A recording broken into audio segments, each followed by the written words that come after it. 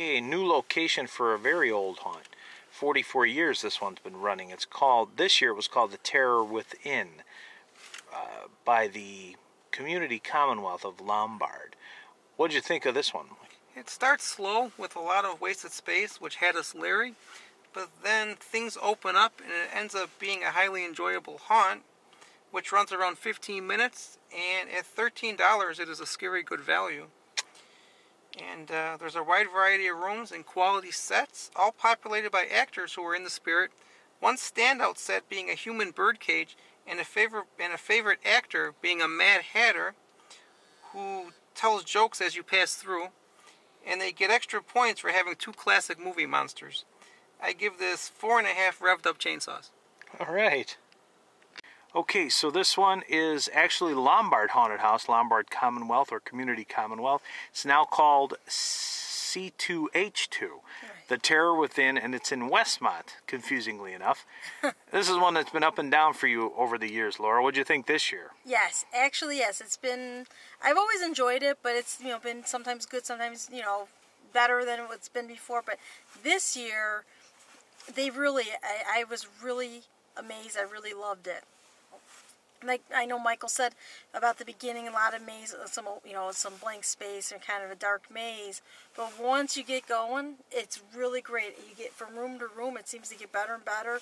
There are some good sets. There's some with good atmosphere. There's a couple. I know he mentioned about some movie monsters in there, and it was very, very well done. The way the rooms with the monsters, and then there's this Mad Hatter, very funny. He was great. I was very, very impressed. All the actors are good in it. I mean, I have to say about everybody, there were some really cool rooms with the atmosphere and actors that were just kind of like sitting doing their thing, and they just kind of get up, and I really, really enjoyed it. And then they got me really good because I know Michael mentioned about the bird cage, and I'm looking at them, and then some actor comes charging out at me, made me jump, got me good. There's a really good clown in there, and then there's another one outside, but everybody was great. I mean, if I missed anybody, I apologize, but all the actors were great in there, and I really loved it. I really, really enjoyed it. I was a little leery and nervous at first with the hallways, but once it got going, and it was long, it was a great value for the money, because it was a decent sized haunt, and I loved it. 5 chainsaws for me. I loved it. This particular haunted house is one that's gone up and down for me over the years as well. Sometimes I've been going to this one for many, many years, since the late 90s actually, and sometimes it's been great. I remember in the early 2000s and things, it was a must-see, and then sometimes in recent years it's been so-so. This year, on the other hand, outstandingly good. As Michael mentioned, though, the first couple of hallways are a little bit long with nothing in it, so we were kind of concerned that bad things were going to happen, or in this case, nothing was going to happen, because we have been there in past years where absolutely nothing happened but a lot of dark space, and that's not fun. But I have to say that was the exception and not the rule. There were just 2 empty corridors, primarily leading to different scenes, but after that it just got better and better. The corridors seemed to get shorter and the scenes were bigger. And there were a lot of varied scenes. There was a great doctor's office with a crazy doctor who came in, doctor/dentist. I'm not quite sure. I think he was a dentist. But anyway, he was funny. There was he was looking at our teeth. Yeah, it was a dentist. There was a whole clown area with a female clown and a male clown that took us to the circus, if you will. And they wanted us to stay, as they always do, but we couldn't, alas. But they were both quite good. This clown had a giant sledgehammer, and then the female clown, she was pretty funny. So they had distinctly different personalities, and they played off of each other, which was really well done. And then, as both Laura and Michael mentioned, 2 movie monsters in there. Spoiler alert. Oh, come on. No. Don't spoil. We just said movie monsters. I have to say it for a particular reason. You'll understand. Okay, Nightmare on Elm Street, there's a boiler room scene, and Freddy Krueger's in there. And we couldn't quite see him very well. The actor who plays him is very good. He comes out of the darkness at you, and he talks to you, and he scratches his claws against the wall, his clawed hand. And we said, but we can't see you. We want to see you. And he said, you'll see me in your nightmares. And it was really good. It was great. And he jumped and he followed us to another room and he was back again. And then there's another fantastic scene. You hear the music from Friday the 13th, and all of a sudden the lightning starts, and on the wall is the word Jason. And he's nowhere to be found in the scene. But he's there. Won't say where, but he's there. Great stuff. The reason I'm mentioning this is there's one missing. And that, of course, is, to complete the trilogy, Michael Myers.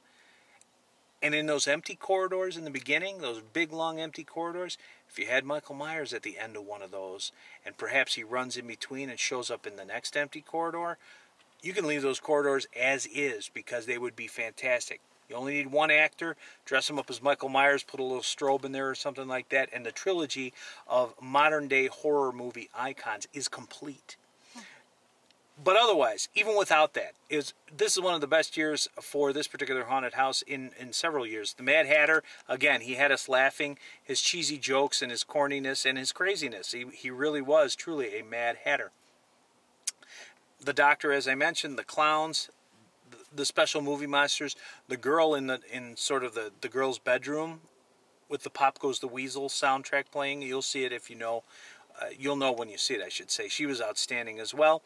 Almost every actor in there was really, really good, and it's about 15 minutes long for $13, and they also have a VIP option. One of the best years yet. I'm going to give it a 4.5 chainsaw right now. You didn't mention about the girl throwing the plates or the teacups. Oh, yes, in the Mad Hatter room, there's a girl in the background. She doesn't do anything except throw real teacups on the ground and break them. Yeah, that's unusual, yeah. Hey, it's weird, but it was cool. That's the kind of thing we like from the different. Community Commonwealth haunted house, former Lombard JC's haunted house. We loved it, so 4.5 from me. And I forgot to mention the wait entertainment. I was like very impressed with that to begin with. Oh yes, there's a big hologram playing on the wall, a yeah. projector playing on the wall, a skeletal jazz band, and yes, that was great. Different phantoms scenes, and things showing up, so it keeps you entertained. And there's some cool people in line as well for wait entertainment, the actors. So the clown, we had special mention of the little clown too with his horn. He was good. 4.5 chainsaws for me.